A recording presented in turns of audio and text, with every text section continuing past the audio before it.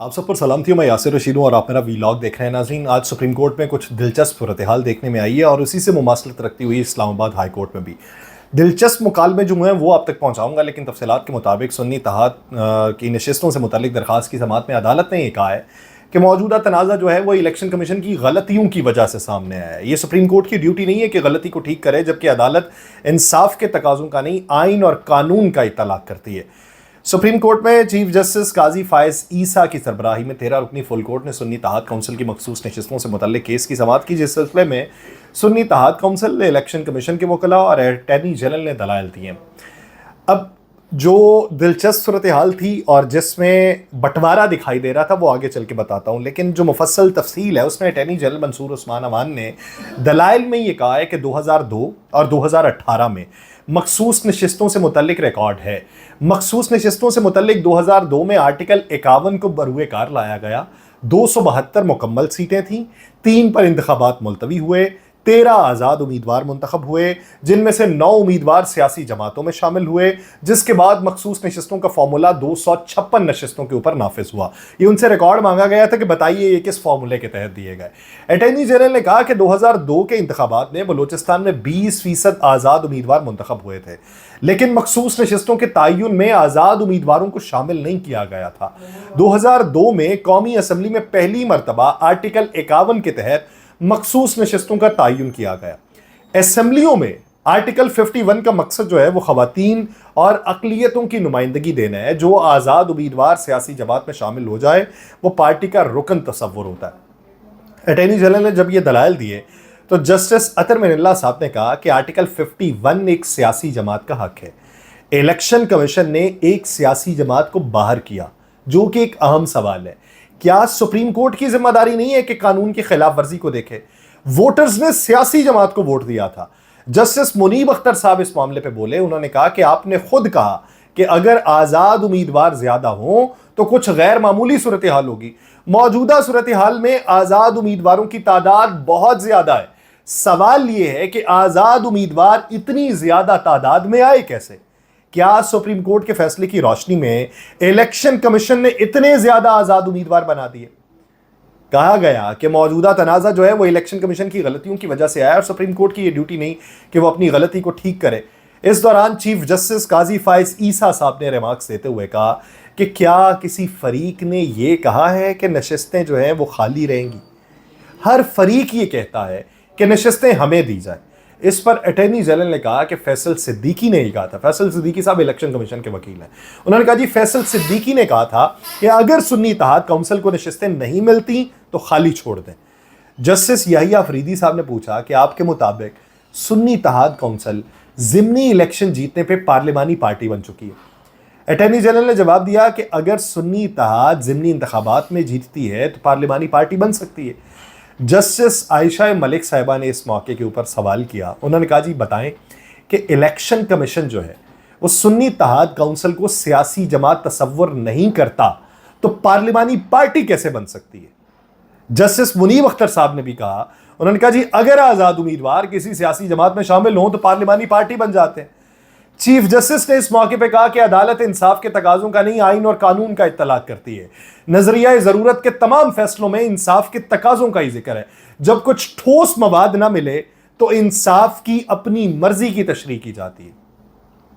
Justice अतर मिनल्ला साहब जो कल ये कह रहे थे, उन्होंने कहा कि मेरा दिमाग चीफ जस्टिस जैसा तो नहीं है कि आइन को एक बार पढ़ के मैं अखज़ कर सकूं कि क्या बातें हैं। हम जैसे कमज़ोर लोगों को बताना पड़ता है कि आइन के अंदर क्या है। तो उन्होंने कहा जी कि क्या अदालत आइन की संगीन खिलाफ वर्जी की तौसीक कर दे? क्या कमरे में मौजूद हाथी को नज़रअंदाज किया जा सकता है? एक आइनी इदारे ने गैर आइनी तशरीह की और सुप्रीम कोर्ट उसकी तौसीक कर दे? चीफ जस्टिस ने कहा कि सुप्रीम कोर्ट के फैसले इंसाफ पे मबनी है। हर फैसले ने आइन को फॉलो किया है। कुछ जजेस दाना होंगे, मैं इतना दाना नहीं हूं। यानी कल के दिन मंसूर अली शाह साहब ये कह रहे थे कि मैं इतना नहीं हूं पढ़ा लिखा, तो काजी फायज ईसा साहब ज्यादा। आज उन्होंने कहा जी मैं इतना दाना नहीं हूं। तो समाज जो है वो 9 जुलाई तक मुलतवी कर दी गई। लेकिन मजे की बात यह थी कि जस्टिस अतर मिनल्ला साहब और जस्टिस मंसूर अली शाह साहब के जो हम रिमार्क्स थे उनमें जस्टिस अतर मिनल्ला साहब ने कहा कि एक चीज क्लियर है कि सुप्रीम कोर्ट के फैसले की गलत तशरीह करके आइन की खिलाफ वर्जी की गई। और जस्टिस मंसूर अली शाह साहब ने कहा कि यह कौमी इलेक्शन का मसला है, लाखों लोगों ने वोट दिया है, हम अपनी आंखों को बंद नहीं कर सकते।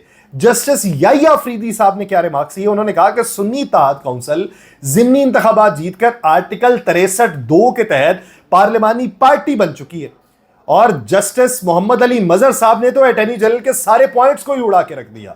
उन्होंने कहा जो बात आप कर रहे हैं कि आजाद उम्मीदवारों को एक्सक्लूड करके मखसूस नशिस्तें जो हैं वो सियासी जमातों में तकसीम कर दी जाएं, इसकी आइन के अंदर कोई गुंजाइश ही नहीं है। तो दिलचस्प सूरत हाल तब भी पैदा हुई जब जस्टिस मंसूर अली शाह साहब ने अटॉर्नी जनरल से सवाल किया। उन्होंने कहा इलेक्शन कमीशन सुन्नी इत्तेहाद काउंसिल को पार्लिमानी पार्टी करार दे चुका है, जिस पर अटॉर्नी जनरल ने जवाब दिया उन्हें इस बात का इल्म नहीं है। जस्टिस मंसूर अली शाह बोले तो फिर पार्लिमानी पार्टी करार देने का नोटिफिकेशन कैसे आया? वो नोटिफिकेशन सुन्नी इत्तेहाद काउंसिल ने अपने रिकॉर्ड के ऊपर रखा हुआ है। अटॉर्नी जनरल बोले कि जवाबुल जवाब दलाइल में सुन्नी इत्तेहाद काउंसिल के वकील खुद बता देंगे। जस्टिस मंसूर अली शाह साहब ने कहा वो नहीं, आप बताएं इलेक्शन कमीशन के इस नोटिफिकेशन पर क्या कहते हैं।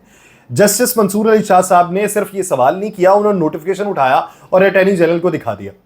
सुन्नी इत्तेहाद काउंसिल ने इसी बीच में उनके जो वकील थे उन्होंने अदालत को बताया कि कौमी असम्बली सेक्रेटरीट जो है वो एक नोटिफिकेशन से जरताज गुल को पार्लिमानी लीडर भी बना चुका है।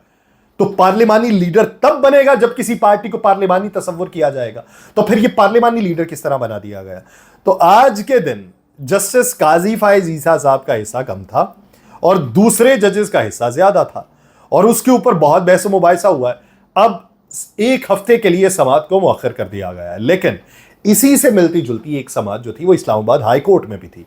चीफ जस्टिस आमिर फारूक साहब ने पाकिस्तान तहरीक इंसाफ से इंतखाबी निशान वापस लेने के इलेक्शन कमीशन के इख्तियार के खिलाफ दरख्वास्त पे इलेक्शन कमीशन के सामने अहम सवालात रखे हैं और 5 जुलाई तक जवाब तलब किया है। वो जो अहम तरीन मुकालमा है उसमें यह पूछा गया कि क्या तहरीक इंसाफ बतौर सियासी जमात इलेक्शन कमीशन में अब भी दर्ज है।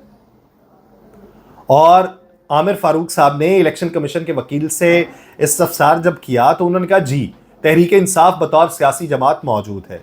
तो फिर चीफ जस्टिस आमिर फारूक साहब ने कहा कि एक शख्स आजाद इलेक्शन लड़ता है लेकिन कहता है कि इस सियासी जमात से हूं तो क्या हो सकता है?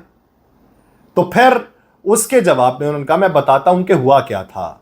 जो हुआ ये इलेक्शन कमीशन के वकील ने कहा, उन्होंने कहा जो हुआ उसको छोड़ दें, मैं मफरूजात पे बात नहीं कर रहा, अदालती सवाल का जवाब दें कि पाकिस्तान तहरीक इंसाफ बतौर जमात मौजूद है, उसके चेयरमैन सेक्रेटरी वगैरह है ना। तो उन्होंने आगे जवाब दिया कि पाकिस्तान तहरीक इंसाफ ने इंट्रा पार्टी इंतखाबात नहीं करवाए। तो सीजे ने यह कहा कि पीटीआई ने इलेक्शन करवा के इलेक्शन कमीशन में जमा कराए तो हैं, आपने हां ना नहीं की, लेकिन उन्होंने तो इलेक्शन करवा के जमा करवा दिया है ना। उन्होंने गलत इलेक्शन करवाया होगा लेकिन करवा के भेज तो दिया है ना। तहरीक इंसाफ की बुनियादी रुकनीयत तो मौजूद है ना। ये सवालात आपके सामने रख दिए, आइंदा समाअत पे जवाब दें। चीफ जस्टिस ने 5 जुलाई तक ये समाअत को मुलतवी करके उनसे भी जवाब मांग लिए कि ये बताएं कि उन्होंने इलेक्शन करवाया, गलत करवाया, सही करवाया। वो तो करवाया, आप कहते हैं कि इंटर पार्टी इंतखाबात नहीं करवाए, वो करवाया गलत था या सही था ये बात की बात है, लेकिन उसकी बुनियाद के ऊपर आप ये आके कहते हैं कि इन्होंने इलेक्शन ही नहीं करवाए, तो वो आपने जवाब देना है। ये इस्लामाबाद हाई कोर्ट वाला मामला है, उधर सुप्रीम कोर्ट वाला मामला है। और सुप्रीम कोर्ट वाले मामले के ऊपर बहुत सारी बातें हो रही हैं कि बलूचिस्तान अवामी पार्टी वाला जो मामला उठाया गया उस पर एक तरफ कुछ और राय रखी गई, दूसरी तरफ कुछ और राय रखी गई, और बाकायदा तौर पे जब चेयरमैन सेनेट के इलेक्शन तक बात ले जाई गई है तो वो इसके ऊपर पर्दा डालने को था। लेकिन वो जस्टिस मुनीब अख्तर साहब, जस्टिस याहिया अफरीदी साहब और जस्टिस मंसूर अली शाह साहब, जस्टिस अतर मिल्ला साहब, जस्टिस आयशा मलिक साहिबा, वो उसी नुक्ते के ऊपर मरकूज हैं और उन्होंने उसी पे सवालात की बौछार की है।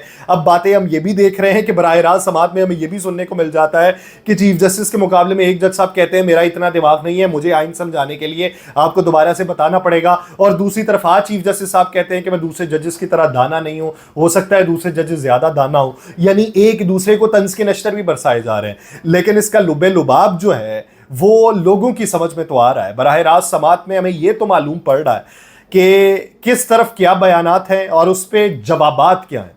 तो ये जवाबात जल्द मंतकी अंजाम तक पहुंचेंगे। अभी 9 से पहले 5 तारीख को, आज से 3 दिन बाद, इस्लामाबाद हाई कोर्ट के अंदर भी चीज़ें देखने में आएंगी कि एक तरफ तो है मखसूस नशिस्तों के हवाले से केस और दूसरी तरफ जो है वो उन्होंने बल्ले का निशान वापस लेने के हवाले से दरखास्त दायर की हुई है। अब उसका असर इस पे पड़ेगा या इसका असर उस पे पड़ेगा, ये देखने की जरूरत है। मुझे दीजिए इजाजत, अल्लाह निगहबान।